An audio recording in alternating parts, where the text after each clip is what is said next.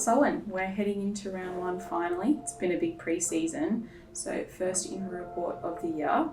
Let's talk about Andy Wakefield and Shane McAdams. Unfortunately, they're off the active list. They're on the inactive list at the moment. Can you just talk us through where they're at following their surgeries? Yeah, obviously unfortunate results for both Shane and Andy. They've both had surgery, and Shane's returned back into the club after having a couple of weeks resting at home.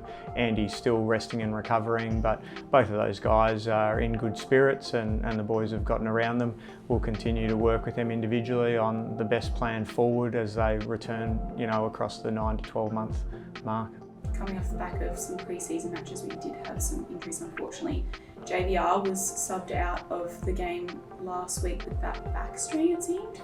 Yeah, Jacob had a back spasm in the first couple of minutes of the game, which was unfortunate for him, but he's recovered really well. He fully trained last week and will be available for selection this week. That's a good result. And then Marty Hall the week prior with that hand injury. How's he going? Yeah, Marty unfortunately fractured his hand in a tackling against North Melbourne. He's had surgery, recovering from that. At the moment it's day-to-day based on his function. He's returned to running and some skill work, and then we've just got to make sure that he's comfortable with contest and contact-based training to clear him. So he'll be possibly available for this week, but we'll just progress him day-to-day.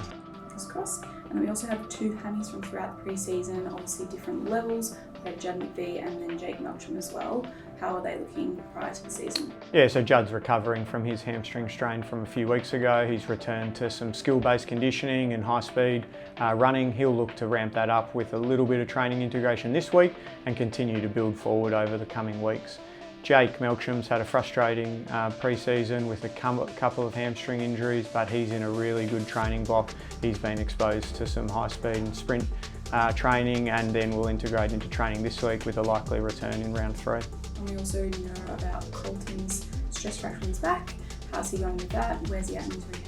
Yeah, Colton's returned to running and some skill-based conditioning as well, so he's just in a reloading phase and reconditioning phase at the moment. He'll look to start integrating into skills end of this week and next week to then hopefully be available in the coming weeks. And then just lastly, one of our new additions, Jai Cully. Looks like he's pulled up with a bit of a sore foot. Yeah, just following one of our VFL practice matches, Jai reported some foot soreness, which just showed some signs of bone stress. Thankfully, no fracture. He's been in a boot for a week and come out successfully today, so he'll just start to reload and recondition across the next couple of weeks to look to be available in a few weeks' time. We saw Luca Kentfield was returning back to the club, which is great to see. He was ill over that break and wasn't at the club. How's he going? Yeah, unfortunately for Luca, he had some illness over the Christmas period, which really compromised his ability, one, to travel and return to Melbourne, being in Perth, but then also to do any form of aerobic or physical training. He's returned to training since that and recovered really well. He's just in a reconditioning phase to ensure that there's no re-aggravation of his illness, but also that he's coping with the training intensities that are required for him to play. So he's probably still a few weeks away from integrating back with the main group, but he's trending in the right direction.